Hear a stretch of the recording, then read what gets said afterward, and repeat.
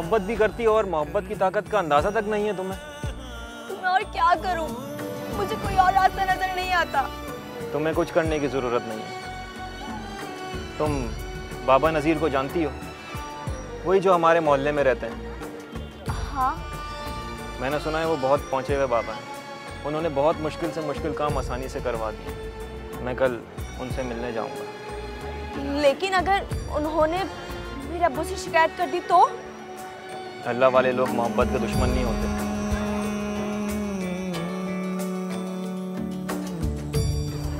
मैं तुम्हें पाने के लिए सब कुछ कर सकती हूँ।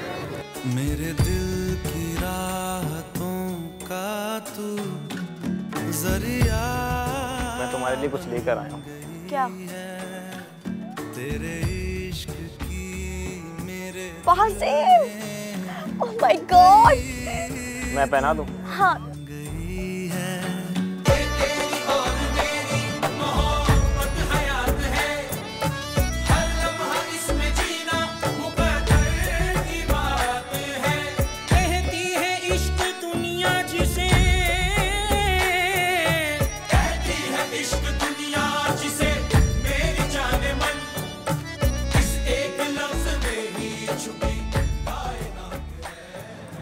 बाबा, मैं आपके पास बहुत उम्मीदें लेकर आया हूँ। अब आप ही मेरी मदद कर सकते हैं। मैं और फौजिया एक दूसरे से सच्ची मोहब्बत करते हैं। मेरे चाचा और चाची उनके घर रिश्ता भी लेके गए थे, लेकिन फौजिया के घर वालों ने रिश्ता देने से साफ इनकार कर दिया। अगर लड़की वाले तुमसे किसी बात पर नाराज हैं या वो बात नहीं करना चाहते इस मौजू पर, तो अगर कहो तो हम बात कर ले तुम्हारी तरफ से। कोई फायदा नहीं है बाबा, मैंने हर तरीके से बात कर ली लेकिन बात नहीं बनी। ठीक है बेटा, हम लड़की के वालिदैन का फैसला बदलने के लिए अमल करेंगे, लेकिन बेटा उसके लिए कुछ खास चीजों की जरूरत होगी। कैसी चीजें बाबा? आप मुझे बताइए, मैं आपको हर वो चीज ला के दूंगा जिसकी आपको जरूरत है।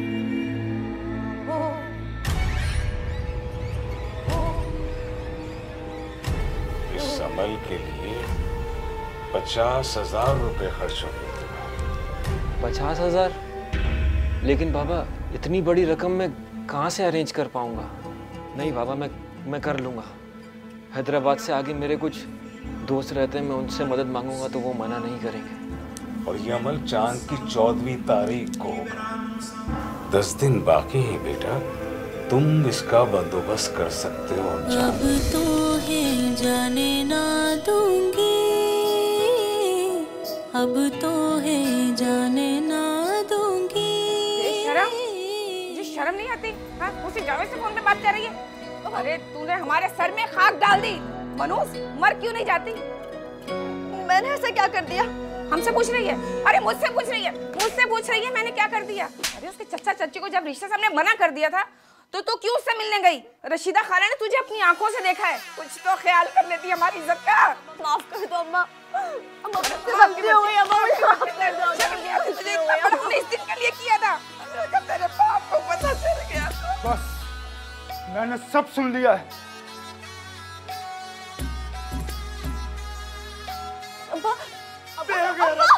बेहया बेशरम।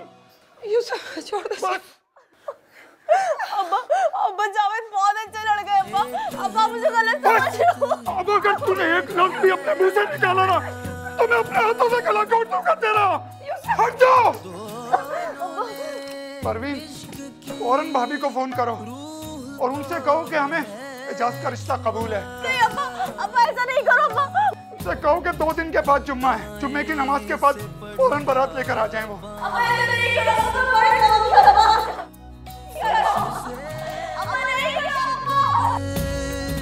जावेद के साथ मेरी रूह बन गई अब्बा।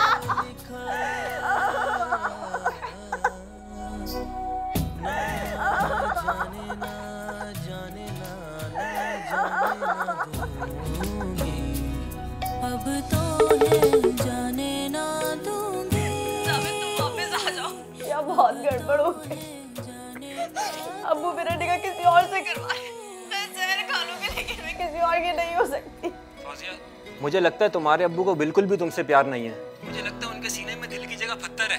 लेकिन तुम हिम्मत नहीं हारो, हमें आखिरी दम तक लड़ना है। अब मेरी बात ध्यान से सुनो।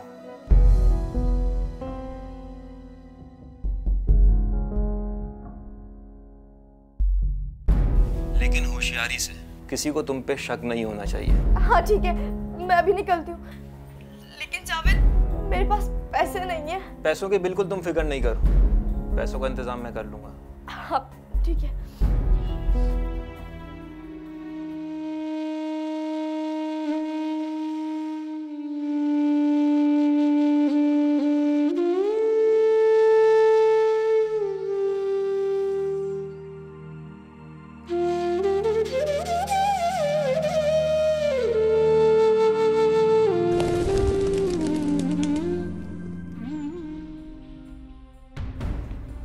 परवीन, अरे परवीन, अरे उठो। क्या हो गया? दरवाजा क्यों खुला हुआ है? और फौजिया कहाँ है? दरवाजा खुला है? फौजिया उस कमरे में होगी। अरे मैंने सारे घर में उसे तलाश कर लिया है, कहीं नहीं है वो। सारे घर में नहीं? अपने किसी दोस्त के यहाँ गई होगी। सहेली क्या गई है? फोन मिलाओ, पूछो कि सहेली के घर पे गई है वो। हाँ।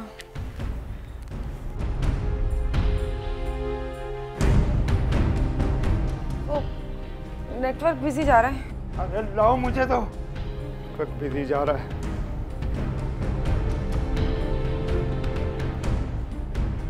नेटवर्क बिजी जा रहा है या बंद जा रहा है? लड़कियों को कंट्रोल में रखना माओं की जिम्मेदारी होती है परवीन बेगम। खूब तरबियत की है तुमने उसकी। मैं तो हर वक्त उसके साथ रहती थी, 2 मिनट सोने के लिए क्या लेट गई। अरे तुम तो बड़ी सोती रहती हो। वो भाग गई होगी अपने उस आशिक के साथ। क्यों ऐसी बातें कर रहे हो सकता है कोई घर में घुस के मेरी बेटी को अगवा करके ले गया हो। पता करो। अरे बकवास बंद कर।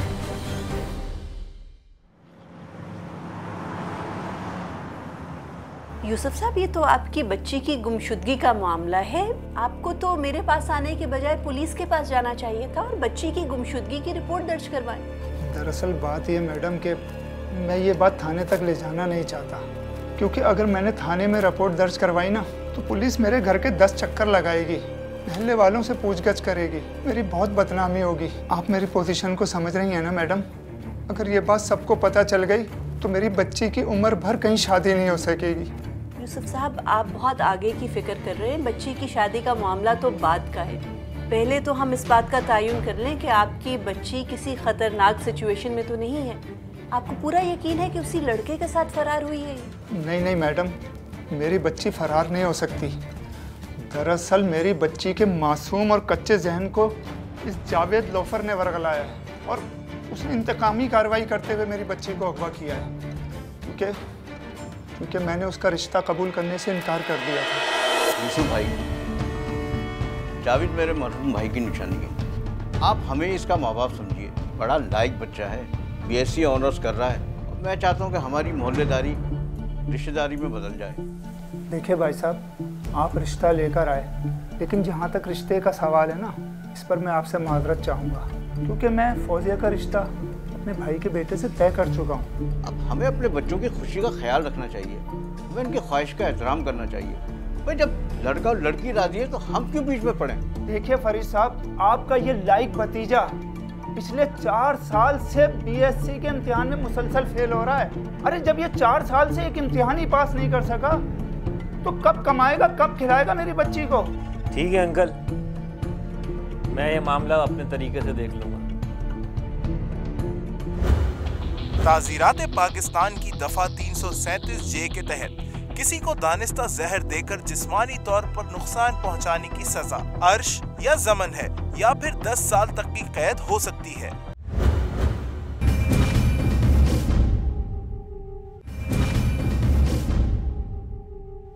वो तो सब ठीक है, लेकिन आप हमसे किस किस्म की मदद चाह रहे हैं? आती है मैडम, मैं चाहता हूँ कि आप इंतहाई राजदारी के साथ अपने असर और रसूख इस्तेमाल करते हुए मेरी बच्ची को वैसे आप करवा दें। देखिए, आप बहुत ज़्यादा एक्सपेक्ट कर रहे हैं हमसे। मैं तो सिर्फ एक वकील हूँ और पुलिस जितने ज़राए तो नहीं होते हमारे पास।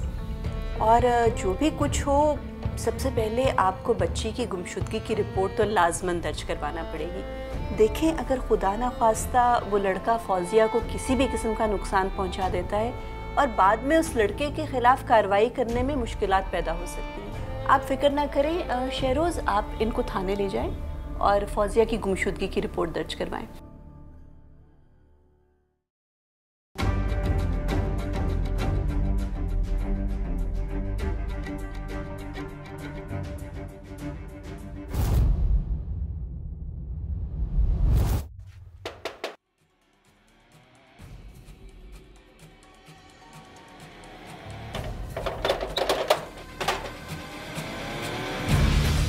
से इनकार करने पर तुम्हारे भतीजे ने मेरी बेटी को ही अगवा कर लिया। डॉक्टर साहब, ये शख्स इस जुर्म में बराबर का शरीक है। इसको सब पता है कि इसका भतीजा मेरी बेटी को कहां अगवा करके लेके गया। कौन? मेरे तो फरिश्तों को इल्म नहीं है भाई, वो तो अपने किसी दोस्त के पास गया है, तो कंबाइंड स्टडी कर रहे हैं, उनके एग्जाम है। उसके दोस्तों को भी चेक कर लेंगे। फिलहाल तो तुम हमारे साथ थाने चलो। कहीं नहीं जाएंगे इंस्पेक्टर साहब, इन्होंने कुछ नहीं करा है, ये झूठ बोल रहे हैं, ये झूठ बोल रहे हैं, आप झूठ बोल रहे हैं। झूठ मैं बोल रहा हूँ या तुम लोग बोल रहे हो? तफसीली बयान लेना है आपका, ले चलो इसको। नहीं इंस्पेक्टर साहब, नहीं इन्होंने अरे मुझे क्यों नहीं डाला भाई? मैंने क्या करा? इंस्पेक्टर साहब, इनको नहीं लेके जाए। पीर साहब, ये क्या हो गया? पापा, बयान लेने का तो सिर्फ बहाना है। आप एक अच्छे वकील का बंदोबस्त करें। अब पुलिस वाले फरीद भाई को नहीं छोड़ेंगे जब तक कि जावेद भाई नहीं मिल जाते।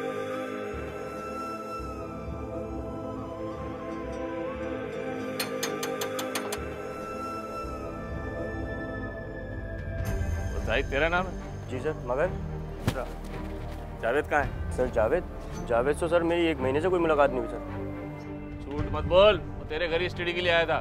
सर जावेद ने कभी पहले पढ़ कर दिया है, जॉब पड़ेगा। आप बेशक मेरे घर की तलाशी ले लें सर। आज थाने ले गया ना तो सब कुछ सच बता देगा तू कि जावेद फौजिया को लेके कहाँ गया है? इंस्पेक्टर साहब, मैंने आपको बताया ना, जावेद से कोई मेरा 1 महीने से रब्ता नहीं है। बल्कि आप मेरा मोबाइल फ़ोन चेक कर लें, इसमें अगर कोई जावेद की कॉल मिल जाए।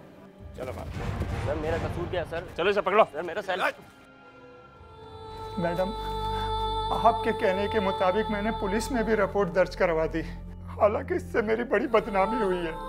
यूसुफ साहब, आप कमाल की बात कर रहे हैं। मैंने तो आपकी मदद करने की कोशिश की। एक वकील हूँ, आपको मशवरा ही दे सकती थी ना कानूनी तौर पर, और ये ज़रूरी था रिपोर्ट दर्ज कराना। और जहाँ तक पुलिस की बात है तो मैं तो मुसलसल राब्ते में हूँ उनके साथ। अभी आखिरी बात SHO से हुई है, उन्होंने बताया कि जावेद का सेल फोन ट्रेस कर लिया है और आखिरी जो कॉल है वो मटियारी की लोकेशन से की गई है। अब पुलिस वालों को भी आपसे गिला है कि आप कोऑपरेट नहीं कर रहे।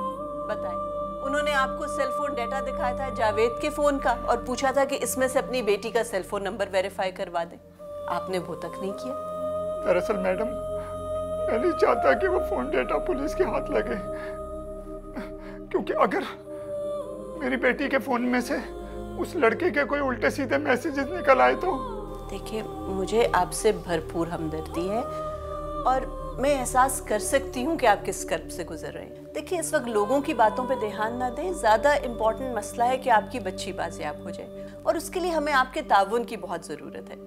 बल्कि वो फाइल दिखाना ज़रा मुझे। देखिए, ये जावेद के सेल फोन का डाटा है और आखिरी जो 4-5 फ़ोन कॉल्स उसने की हैं या इनकमिंग फ़ोन कॉल्स हैं, इसमें से बताइएगा कि आपकी बेटी का नंबर कौन सा है। देख लीजिए मैडम, मेरी बच्ची कुछ इज्जत भी ना खराब हो जाए। देखिए, आप चाह रहे हैं ना कि आपकी बच्ची जिंदा सलामत बाजियाब हो जाए, तो फिर हिचकिचा क्यों रहे हैं? प्लीज बताइए, वेरीफाई करें कौन सा नंबर है इसका। ये नंबर है मैडम। ठीक है, ये नंबर देखना। अच्छा, एक और इन्फॉर्मेशन हमें आपसे चाहिए, हो सकता है आपकी नॉलेज में ना हो। ये भी पॉसिबिलिटी है कि जावेद ने शायद कोई दूसरी सिम भी फौजिया को दी हो।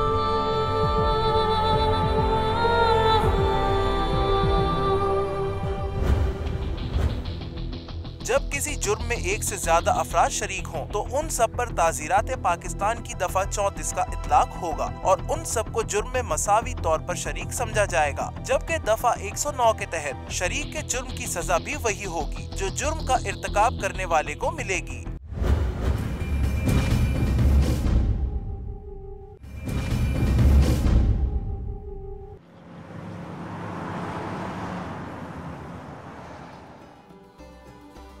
मैडम, एक बात मेरी समझ में नहीं आ रही। सर्वेलेंस रिपोर्ट तो ये बताती है कि फौजिया के सेलफोन के सिग्नल्स उसके घर के करीब एक इलाके में जाके ख़त्म हो गए।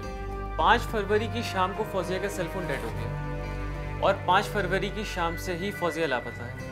यही सोच रही हूँ कि फौजिया का सेलफोन डेटा अगर हमें ये बताता है कि फौजिया का सेलफोन उसके घर से कुछ दूर जाकर 5 फरवरी को बंद हुआ था, तो क्या ये इन दोनों की प्लानिंग थी?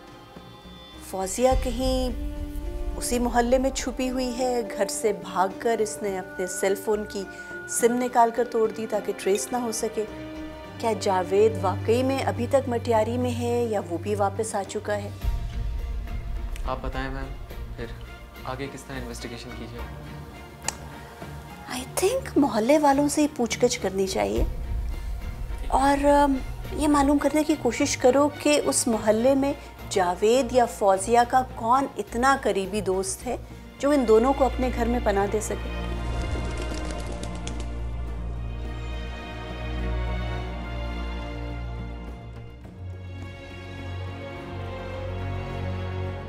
अनवर भाई, आपका एक दोस्त लापता है 3-4 दिन से, आप बता सकते हो कि वो कहाँ होगा? देखिए सर, आप बाबा नज़ीर से मिल लें, वो बहुत पहुँचे हुए बाबा हैं, वो अपने इल्म से बता सकते हैं कि लड़का लड़की किधर है। बाबा नज़ीर? कुर्बे क़यामत की निशानी यही है कि गाय गोबर खाएगी और लड़की अपना बर खुद मांगेगी। अस्तगफिरुल्लाह, अस्तगफिरुल्लाह।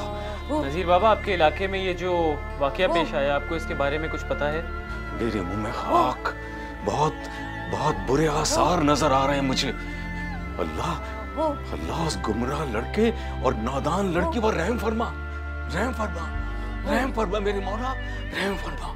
तुम जाओ, जाओ तुम, हमारी दुआएं तुम्हारे साथ हैं।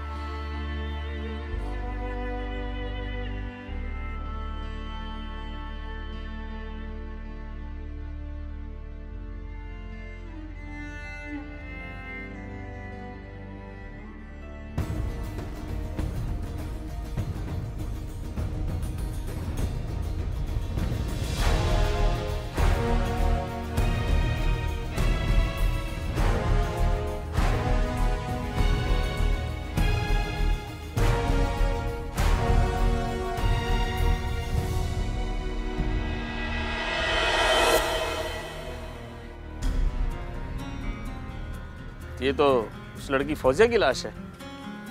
इसके बाप ने तो इसके अगवा की रिपोर्ट दर्ज कराई है। इस कब्रिस्तान के गोरगन कौन है? जी सर, हम दोनों इस कब्रिस्तान के गोरगन हैं, लेकिन हमें नहीं पता ये लाश कहाँ से आई। इन दोनों को थाने ले जाओ, वहीं जाके सच बोलेंगे सब कुछ, और ये लाश को पोस्टमार्टम के लिए अस्पताल भेजो। ले चलो इन्हें। चलें ठीक है, वो पोस्टमार्टम रिपोर्ट लेकर आता है तो मैं देख के कॉल बैक करती हूँ। थैंक यू जी, अल्लाह हाफिज़। अस्सलाम वालेकुम मैम। वालेकुम अस्सलाम। खाइए पोस्टमार्टम रिपोर्ट। मौत जहर खुरानी की वजह से हुई है और ज़्यादती की कोई शवाहिद नहीं। इसमें जो टाइम ऑफ डेथ लिखा है उससे तो ये मालूम हो रहा है कि फौजिया के गुमशुदा होने के कुछ घंटे के बाद ही उसे कत्ल कर दिया गया था। जी हाँ, ये है इसमें। अच्छा, अब इस केस में सबसे पहले तो FIR अपडेट होगी। इसमें अगवा के साथ साथ अब कत्ल की दफात भी शामिल करवानी पड़ेगी। ठीक है। 5 फरवरी को लाश लड़की की फेंकी गई कब्रिस्तान में। बताओ, तुम दोनों ने मारा है ना उसको? नहीं सर जी, हमारा इस वारदात से कोई ताल्लुक नहीं है। 5 फरवरी को 5 मैयतें ही आई थी, उसमें से किसी औरत की लाश नहीं थी। हो सकता है रात के अंधेरे में किसी ने आके मैयत को दफना दिया हो। रात को कब्रिस्तान के दरवाजे तो बंद होते हैं ना? इंस्पेक्टर साहब, हम तो रोजाना कब्रिस्तान का गेट 10 से 10:30 बजे बंद कर देते हैं। कब्रिस्तान की दीवार इतनी ऊंची नहीं है, अगर कोई अंदर फलांग कर आ जाए तो इसमें हमारा क्या कसूर है?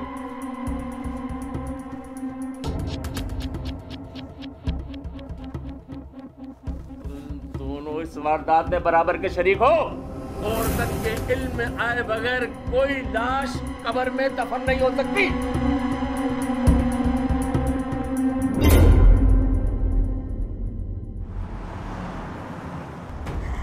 इंस्पेक्टर साहब, मैंने आपको इसलिए फ़ोन करा है कि जावेद जो है ना घर पर आ गया है, वो नहा रहा है, तो आप प्लीज़ आके उसको ना गिरफ्तार कर लें और प्लीज़ मेरे शौहर को छोड़ दें आप। ये खबर मेरे लिए क़यामत से कम नहीं है कि फौजिया अब इस दुनिया में नहीं रही और फौजिया का असली कातिल उसका अपना ही जालिम बाप है।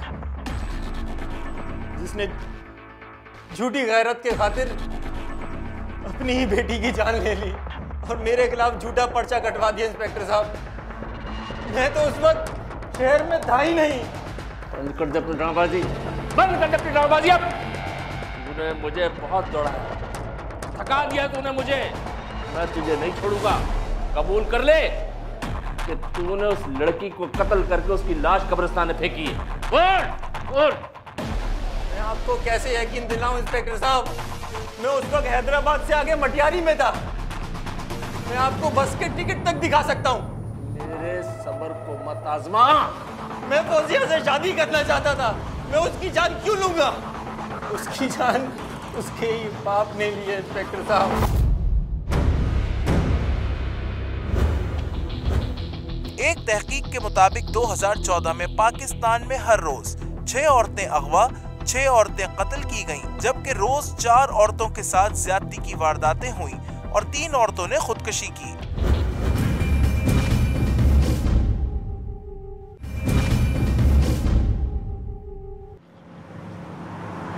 देखो, 2 फरवरी को जावेद मटियारी गया और 5 फरवरी को अचानक फौजिया गायब हो गई और 10 फरवरी को उसकी लाश इस कब्रिस्तान से मिली।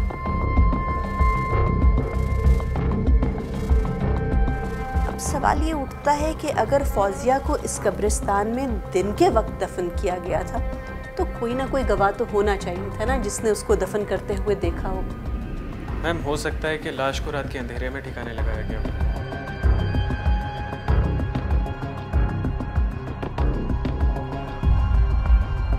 इस आस्ताने को चलाते थे कटहरे में खड़े ये तीनों मुल्जिमान, मुल्जिम बाबा नज़ीर, इसका चेला मुल्जिम अफजल और अफजल की बीवी मुल्जिमा मुख्तारा। योर ऑनर, इन तीनों मुल्जिमान ने मिलकर फौजिया को कत्ल किया। योर ऑनर, पुलिस की तफ्तीश के दौरान बाबा नज़ीर और अफजल ने तो अपना जुर्म कबूल नहीं किया, लेकिन मुल्जिमा मुख्तारा ने पुलिस के सामने अपना एतराफ़ी बयान कलमबंद करवा दिया है, जो कि पुलिस ने अदालत में जमा भी करवा दिया है। Thank you sir. Your honour, Mukhtara Bibi एक खातून है और लेडी पुलिस के बहिमाना तशद्दुद से घबराकर और जान छुड़ाकर उन्होंने एतराफ़ी बयान दे दिया। योर ऑनर, अदालत के अंदर ऐसे किसी एतराफ़ी बयान की कोई हैसियत नहीं है जो धौंस, धमकी और तशद्दुद के तहत दिया गया हो। मुल्जिमा मुख्तारा, बताओ, तुमने ये बयान रज़ाकाराना तौर पर दिया है या किसी दबाव या तशद्दुद के तहत दिया है? जज साहब, जब हमें गिरफ्तार करके थाने ले जाया गया तो मुझे अलग कोठरी में बंद कर दिया और सुबह जब लेडी इंस्पेक्टर आई तो उसके हाथ में एक मोटा सा डंडा था और उसने मुझे कागज़ दिया कि इस पे साइन कर दो या अंगूठा लगा दो, वरना मार मार के तुम्हारी हड्डी पसली तोड़ दूंगी और चमड़े उतार लूंगी। मैं बहुत डर गई थी जज साहब, इसीलिए मैंने कोरे कागज पर साइन कर दिए। योर ऑनर, मकतूला फौजिया की ना मेरे क्लाइंट से कोई दुश्मनी है, ना ही किसी किस्म का कोई ताल्लुक। योर ऑनर, मकतूला फौजिया 5 फरवरी को लापता हुई और फौजिया के पेरेंट्स ने 7 फरवरी को थाने में रिपोर्ट दर्ज कराई और मोहल्ले के इस लड़के जावेद के ऊपर शक जाहिर किया कि इसी ने उसे अगवा किया है और साथ साथ पुलिस ने मेरे क्लाइंट्स को भी गिरफ्तार कर लिया, सिर्फ इस शक की बुनियाद पर कि इनका आस्ताना उसी कब्रिस्तान के पास है जिस कब्रिस्तान के आसपास आखिरी दफ़ा मकतूला को देखा गया था। योर ऑनर, कत्ल 5 फरवरी को हुआ है और मेरे ये तीनों क्लाइंट्स 4 फरवरी को अंदरूने सिंध एक मज़ार पे उर्स में शिरकत करने के लिए गए हुए थे। योर ऑनर, बस के टिकट्स, होटल के बिल्स और दीगर डॉक्यूमेंट्री एविडेंस जो कि अदालत में जमा कराए जा चुके हैं। सर, मैं अपना एक गवाह पेश करना चाहता हूँ। बाबा नज़ीर और अफजल और मुख्तारा बीबी, ये तीनों मेरे मुसाफिर खाने में 4 फरवरी को आए थे और 6 फरवरी को चेकआउट किया था। योर ऑनर, गवाह से एक सवाल करने की मुझे भी इजाज़त है? इजाज़त है। अयूब साहब, आप अदालत को बताएंगे कि ये तीनों मुल्जिमान 4 फरवरी को कितने बजे आपके सराय में चेक इन किए थे? जज साहब, ये तकरीबन शाम के 7 बज रहे थे जब ये चेक इन किए थे। शाम 7 बजे? जी जी। बहुत शुक्रिया, no more questions. Your honour, वकील साहब के गवाह और वकील साहब के पेश किए गए डॉक्यूमेंट्री एविडेंस में कितनी सदाकत है वो बहुत आसानी चैलेंज किए जा सकते हैं। सर, इसके लिए मैं अपने एक गवाह को पेश करने की इजाज़त चाहती हूँ। इजाज़त। जज साहब, मेरा नाम रज़ा है और 4 फरवरी को मैं बाबा नज़ीर के पास ही गया था बकरा लेके, और वो तकरीबन रात के 8:30 बजे का टाइम था। बाबा जी बकरे पे कुछ अमल कर रहे थे, उसके बाद मैं चला गया था।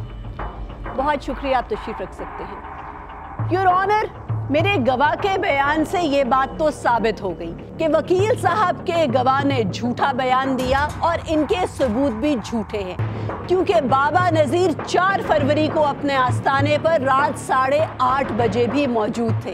योर ऑनर, अब इस बात को साबित करने के लिए कि वारदात के रोज यानी 5 फरवरी को भी बाबा नज़ीर और इनके 2 चेले इसी शहर में मौजूद थे और ये वारदात इन्होंने ही की, इसके लिए योर ऑनर मैं बाबा नज़ीर से कुछ सवालात करने की इजाज़त चाहती हूँ। इजाज़त। बाबा नज़ीर, आप अदालत को बताएंगे कि आप कब से ये तावीज़, गंडे, जादू टूने का कारोबार कर रहे हैं? वकील साहिबा, आप गलत बयानी से काम ले रही हैं। मैं कोई ऐसा गंदा कारोबार नहीं करता हूँ, मैं तो लोगों की खिदमत करता हूँ, और ये मैं बहुत अरसे पहले से कर रहा हूँ। अच्छा, और बकौल आपके ये जो आप खिदमत खल्क करते हैं, ये आप कब्रिस्तान से जुड़े उस आस्थाने में भी जाकर करते हैं जहाँ पर आखिरी मर्तबा फौजिया जिंदा देखी गई थी? Objection your honour. Your honour, मेरी समझ में नहीं आ रहा कि मेरे सामना घुमा फिरा के ये बात क्यों साबित करना चाह रही हैं कि मकतूला उस रोज आस्थाने में देखी गई थी। Your honour, mobile surveillance report, CCTV कैमरे की फुटेज, ये सब बातें साबित करती हैं कि मकतूला उस रोज कब्रिस्तान के आसपास जरूर देखी गई थी, लेकिन इससे किसी तरह यह साबित नहीं होता कि वो आस्थाने में गई थी। और योर ऑनर, मकतूला की लाश तो कब्रिस्तान से मिली। पुलिस ने पहले गोरकनों को गिरफ्तार किया, फिर उन्हें भी छोड़ दिया। इसके बाद मेरे बेगुनाह क्लाइंट्स को गिरफ्तार कर लिया। अगर मेरे क्लाइंट्स को गिरफ्तार करना ही था तो उन्होंने उस फूल वाले को क्यों नहीं गिरफ्तार किया जो कब्रिस्तान के बाहर बैठा हुआ है? उन्होंने उस पानी वाले को क्यों नहीं गिरफ्तार किया जो कब्रों पे पानी डालता है? योर ऑनर, ये सब बातें बेबुनियाद है, झूठ है। मेरे क्लाइंट्स बेगुनाह हैं। योर ऑनर, ये बेबुनियाद मफरूजा नहीं है कि मकतूला फौजिया 5 फरवरी को कब्रिस्तान नहीं बल्कि आस्थाने पर गई थी। जावेद साहब, आप अदालत की याद दहानी के लिए बताएंगे कि उस रोज आपने पुलिस को क्या बयान दिया था? जज साहब, फौजिया की शादी 2 दिन बाद होने वाली थी और बाबा नज़ीर के कहने पर मैं पैसों का इंतजाम करने शहर से बाहर गया हुआ था और मैंने ही फौजिया को बाबा नज़ीर से मुलाकात करने का कहा था। जज साहब, झूठ बोल रहा है ये झूठ बोल रहा है। बाबा जी तो मोहल्ले वालों के मसले मसाइल अपने घर में सुनते हैं, और अगर फौजिया को ताबीज़ लेने होता वो बाबा जी के घर आती, वो बाबा जी के घर के पास ही रहती थी। जज साहब, सही। तो अगर ये झूठ बोल रहा है और तुम सच बोल रहे हो तो सच्चाई तो बहुत सीधी सी है। आस्थाने से जो भारी मिकदार में जहर बरामद हुआ, वही जहर जो पोस्टमार्टम की रिपोर्ट में मकतूला के जिस्म में पाया गया, वो जहर भी तुमने दिया होगा। और वैसे भी मकतूला की लाश पे से जो फोरेंसिक एविडेंस इकट्ठा किया गया था, उसमें मर्दाना और जनाना बाल मिले थे, और उन बालों का डीएनए 100% तुमसे और तुम्हारी बीवी मुख्तारा से मैच कर गया है। इससे तो फिर हम इसी नतीजे पे पहुंच सकते हैं कि फौजिया का कत्ल तुमने और तुम्हारी बीवी ने मिलकर किया है, और बाबा नज़ीर का तो इस वारदात से कोई ताल्लुक ही नहीं। अब अदालत को बताओगे कि कोई और सच्चाई भी है या इस जुर्म की सजा तुम और तुम्हारी बीवी अकेले भुगतोगे?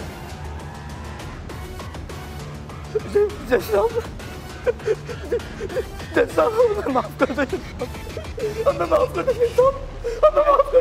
माफ कर दे, माफ कर दे। इतना बड़ा जुर्म किया तूने, एक मासूम लड़कियों का कत्ल कर दिया और मुझसे बदनाम कर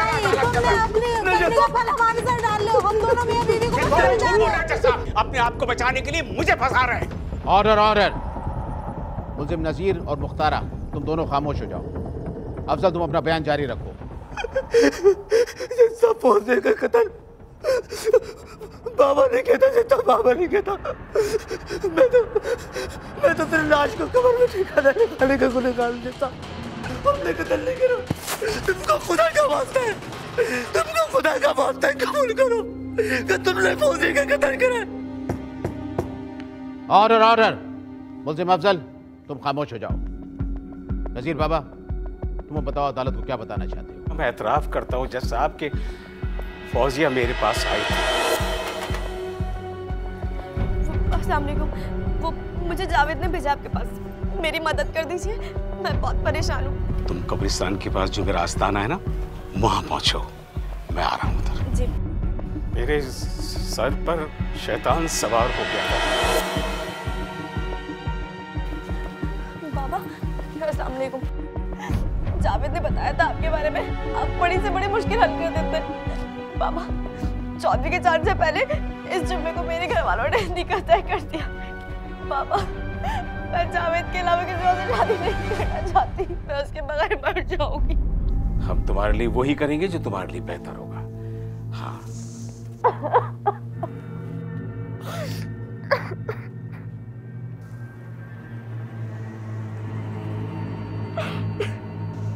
लो, इसको फौरन खा लो।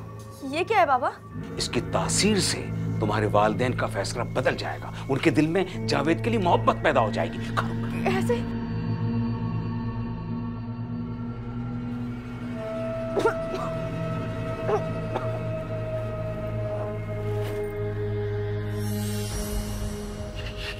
ये क्या हो गया? क्या हो गया ये देख। मुख्तारा, अफजल, इधर आओ। ये वो हमने इसको। ये क्या किया बाबा? लड़की को मार दिया? नहीं, मैंने नहीं मारा। मैंने तो यहाँ से एक पुड़िया इसको खिलाई है, इसकी तबीयत खराब हो रही थी। बाबा, यहाँ संख्या रखा हुआ था। मुझे क्या पता संख्या रखा होता? मैंने थोड़ी रखा है संख्या। संख्या आपने मंगवाया था। अरे मैंने मंगवाया था, इसका मतलब ये नहीं है कि तुम यहाँ रख दो और मैं लोगों को दे दूं। ये सब गलती से हुआ है, मैंने नहीं किया ये। अच्छा, खिला रहे थे बेहोश करने के लिए? मैंने सिर्फ बुढ़िया इसलिए खिलाई कि इसकी तबीयत खराब हो रही थी, बस। ये तुमने बहुत बड़ा केस कर दिया बाबा। कम से कम मोहल्ले की बच्ची को तो छोड़ देते। अब बहुत बुरा फंसोगे तुम। नहीं, तुम फंसोगे। अब मैं बताऊंगी पुलिस को कि तूने मारा है लड़की को। आवारा। अच्छा, तू मेरे लिए बताएगी, और जब मैं तेरे एक एक राज खोलूंगा तो तुम मुंह दिखाने के काबिल नहीं रहेगी। संज्ञा तूने खिलाया, पकड़ा तू जाएगा समझा। मैं अगर पकड़ा गया तो तुम दोनों भी नहीं बचोगे। चलो, हम क्यों लड़ रहे हैं? फिलहाल मेरी बात गौर से सुनो। इसको ठिकाने लगाओ पहले, उसके बाद तसल्ली से बैठकर बात करेंगे। ये हमारा दरवाजा जो कब्रिस्तान की तरफ खुलता है ना, रात ज्यादा हो जाए तो उसको उठाकर और किसी कब्र में दफना देना। खबरदार हमसे कुछ मत निकालना। मैं उस बच्ची को नहीं मारना चाहता था। ये गुनाह मैंने जानबूझकर नहीं किया है जज साहब। ये गुनाह मैंने जानबूझकर नहीं किया है। अदालत में पेश किए गए शवाहिद और मुल्जिमान के इतराफ़ जुर्म के बाद यह अदालत मुल्जिम नज़ीर बाबा को मुसम्मात फौजिया को जहर देकर कत्ल करने का मुर्तकब करार देते हुए ताज़ीरात पाकिस्तान की दफ़ा 302, 337 J/34 और 109 के तहत सज़ाए मौत का हुक्म सुनाती है। जबकि शरीक जुर्म साबित होने पर दीगर मुल्जिमान अफजल और मुख्तारा को 10-10 साल कैद बमुशक्कत की सज़ा का हुक्म सुनाया जाता है। यह अदालत मुल्जिम जावेद को इस मुकदमे से बरी करती है। अदालत बर्खास्त की जाती है। कोर्ट नंबर 5 में अगर आप भी कोई केस पेश करना चाहते हैं तो हमें ईमेल करें court5@sama.tv।